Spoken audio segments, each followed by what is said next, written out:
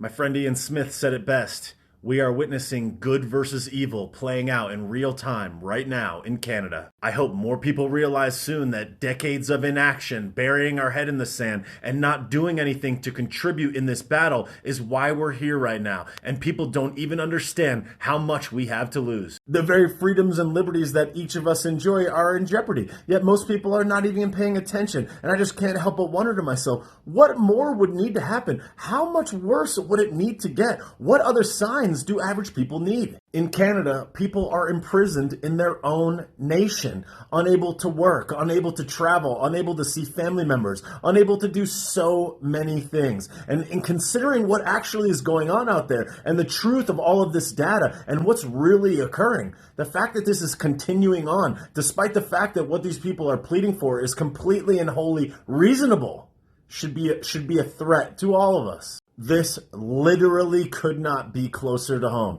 yet so many people are not paying attention.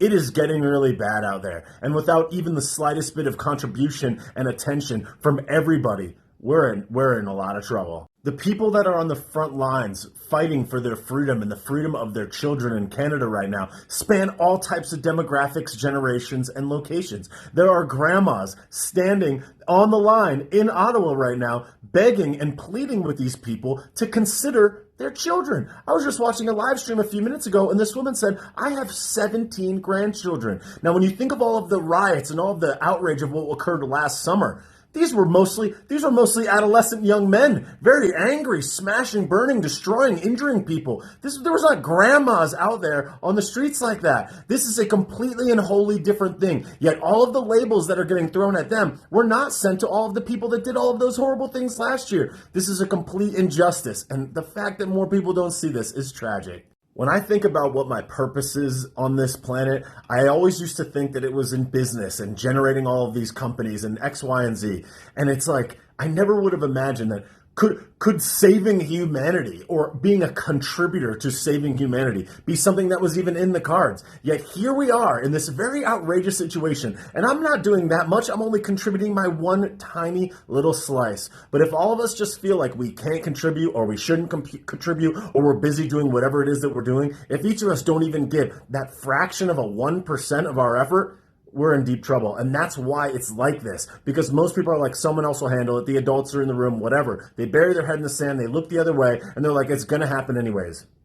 That's the wrong attitude. And that's why this is happening. And man, is it tragic. This is a duty, really, of all of us. It's the most altruistic duty maybe you'll ever see in your lifetime. And here it is right now. Because this is no longer an American thing. This is world freedom. This is human freedom. This is human liberty. There's a lot of evil that goes on in this world, and there's absolutely no doubt about that. It has been there since the beginning of time. However, it is getting a whole lot closer to home, and it is getting a whole lot more obvious, and it is getting a whole lot worse for your average everyday people that just want to be left alone and live their life. And most people are completely, wholly, or willfully unaware of what is happening right now. And their inaction, their lack of paying attention, their lack of concern for their fellow human beings, we're all seeing it. People that see under the curtain, people that really see the truth, we're not going to forget this. The sad part about it all is that no longer is a solution. That no longer is the answer. It's not like, all right, when this is all over, we'll remember that you guys weren't paying attention to this.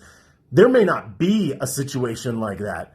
Yet if we can't recognize the significance of this moment right now, we are in a lot of hurt. I keep trying to find the laugh or the humor in this, and I've always been laughing about it and joking about it, trying to make light of a dark situation, trying to make a highly sensitive and troubling situation seem more palpable and digestible by your average everyday person. But I'm having a tough time finding the humor in this. It really seems like a tremendously serious moment. The severity of it and the fact that they're trying to make it seem less severe than it is exactly how I know that they're encroaching far closer than they've ever been before. People don't understand that the forces of evil are coming for all of us. They want you to not be free. They want you to be subservient. And all the injustices in the world that you see sometimes when you look and try to pay attention, it's coming for everyone, and not just you, but for your children and for the future people that inhabit this world. They will look back on this moment and wonder, why didn't we do anything? How could we not see it? How could we not even do the slightest thing and speak up about it?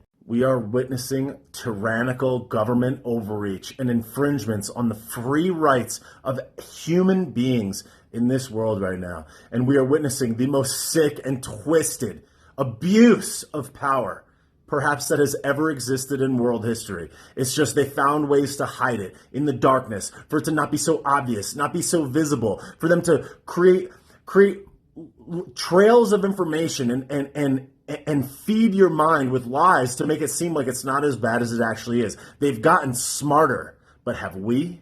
Infringements on movement, wrongthink being punished, words being punished, peaceful disobedience being punished, freezing accounts, taking money, taking property, forcing you to make medical decisions. Every single thing is at threat.